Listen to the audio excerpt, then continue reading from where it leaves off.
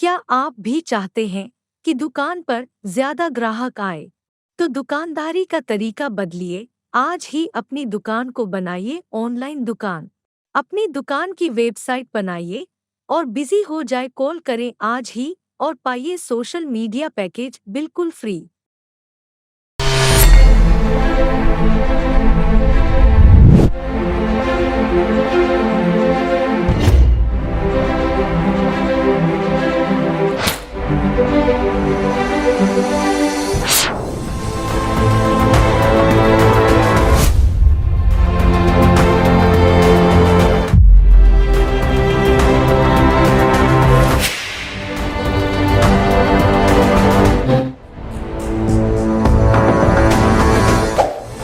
Awaking news کے محترم ناظرین، السلام علیکم۔ خبر شروع کرنے سے پہلے سبسکرائب کیجیے ہمارے اس چینل کو، اپنے دوستوں کے ساتھ شیئر کیجیے اور کمنٹ ضرور کیجیے۔ اب آئے سرخیوں پر نظر کرتے ہیں۔ روس کی یونیورسٹی میں فائرنگ، 8 ہلاک 24 زخمی، جان بچانے طلبہ عمارت سے کود پڑے۔ امریکہ اور چین کی سرد جنگ پوری دنیا میں پھیل سکتی ہے، اقوام متحدہ کا انتباہ۔ شیعہ سنی اختلافات اور تفرقہ پیدا کرنے والوں کے ہاتھ کاٹ دیں گے، ہمارے بہت سے بے گناہ شیعہ بھائی بہنوں کے شہید کیا گیا ہے، طالبان۔ انکم ٹیکس کے چھاپے کے بعد سونو سود کا درد چھڑکا، ٹویٹ کر کے کہی اپنے دل کی بات۔ پنجاب کا وزیر اعلیٰ بنتے ہی چرنجیت سنگھ چنی نے کسانوں کو دی سوغات، بجلی اور پانی کے بل معاف۔ ہم نے گاندھی جی کو نہیں بخشا تو اب کیا ہے؟ ہندو مہاسبھا کے رہنما کی بی جے پی کو دھمکی، گرفتار۔ ایک ملک ایک الیکشن پر ابھی غور نہیں، سشیل چندرا۔ اب آئے خبریں تفصیل کے ساتھ سماعت کرتے ہیں۔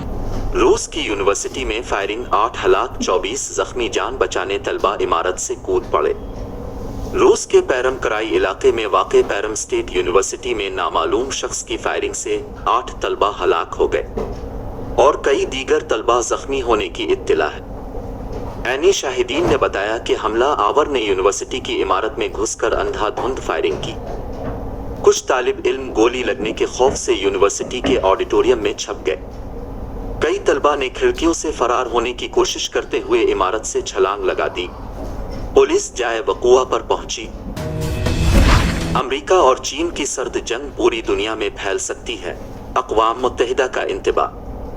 عالمی خبر رساں ادارے کے مطابق اقوام متحدہ کے سیکریٹری جنرل نے امریکہ اور چین کو اپنے تنازعات فوری طور پر حل کرنے سے متعلق متنبہ کیا کہ اگر دونوں ممالک اپنے مکمل طور پر غیر فعال تعلقات کو بحال نہیں کرتے، دو بڑے اور انتہائی بااثر ممالک کے درمیان مسائل باقی دنیا تک پھیل جائیں گے۔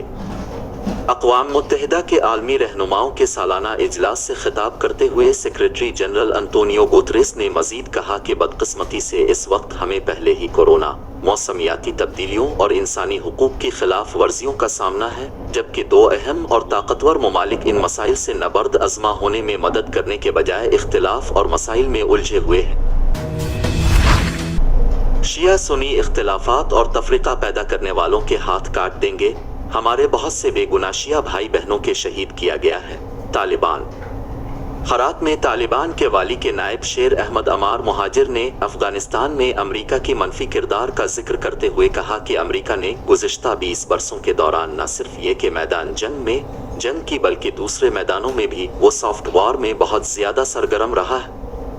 آوا نیوز ایجنسی کے مطابق مہاجر نے اتوار کو اپنے ایک بیان میں کہا کہ اگر امریکہ فوجی محاذ پر جنگ کے لیے اپنی بحریہ، فضائیہ اور بری فوج کو افغانستان کے خلاف استعمال کیا تو سافٹ وار کے لیے اس نے 400 ادارے بھی بنا رکھے تھے۔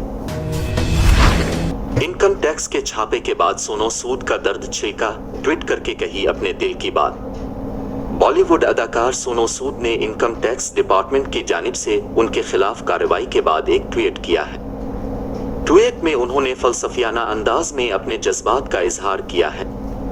اس ٹویٹ کے ساتھ انہوں نے ہارٹ کی ایموجی بھی شیئر کی ہے اور انگریزی میں لکھا ہے، آپ کو ہمیشہ اپنے موقف پر کھڑے ہونے کی ضرورت نہیں، وقت اس کے بارے میں بتائے گا۔ اس نے مزید لکھا ہے، میں نے اپنی پوری صلاحیت اور دل سے ملک کے لوگوں کی خدمت کا حلف لیا ہے۔